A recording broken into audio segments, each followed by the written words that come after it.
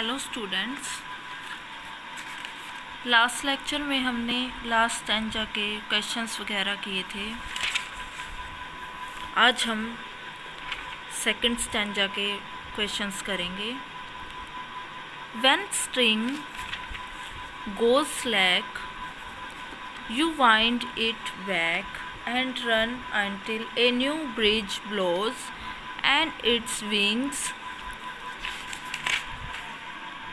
fill and up it goes. How bright on the blue is a kite when it's new, but a raggeder thing you never will see when it flaps on a string in the top of a tree. जब आप पतंग उड़ाते हो तब आपने देखा होगा जब हवा ज़्यादा आती है तब पतंग की जो टेल होती है, पूंछ होती है, वो फड़फड़ाने लगती है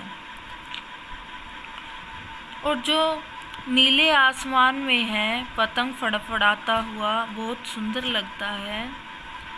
लेकिन सबसे भद्दी चीज़ क्या हो जाती है जब आप देखते हो कि आपका पतंग पेड़ की सबसे ऊंची टहनी में फंस गया है और फड़फड़ा रहा है। इसके कुछ क्वेश्चंस हैं। फर्स्ट क्वेश्चन है, what happens when string goes slack? क्या होता है जो स्ट्रिंग होती है जब सुस्त हो जाती है? क्या होता है जब जो रस्सी है वो सुस्त पड़ जाती है? इसका आंसर है, we wind the string back when it goes slack. We wind the string back when it goes slack. हम क्या करते हैं, रस्सी को अपनी तरफ फटाफट खींचते हैं जब पतंग सुस्त पड़ जाती है, उसकी पूंछ सुस्त पड़ जाती है। What feels in its wings? What feels in its wings? New wine feels in its wing. तो क्या होता है, उसके अंदर हवा भर जाती है उसकी पंख में। Which kite is bright? Answer है, new kite is bright. When will a kite be a raggeder thing? पतंग कब भद्दी चीज बन जाती है, हो जाती है?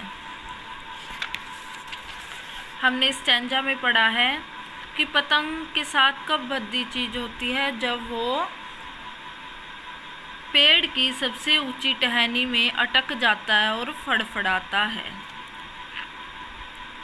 It will be a raggeder thing when it flaps on a string in the top of a tree. What does it flap on? यह किसके ऊपर फड़फड़ाती है, किसके द्वारा फड़फड़ाती है? पतंग किससे अटैच होता है? रस्सी से। तो ये किसके द्वारा होता है? It flaps on a string. It flaps on a string. What happens when string goes slack? We wind the string back when it goes slack. What feels in its wings?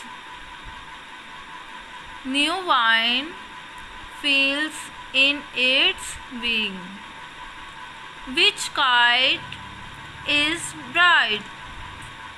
New kite is bright. When will a kite be a raggeder thing? It will be a raggeder thing when it flaps on a string in the top of a tree. What does it flap on? It flaps on a string. इसके हम word meaning दोबारा revise कर लेते हैं। First word था हमारा dive, DIVE।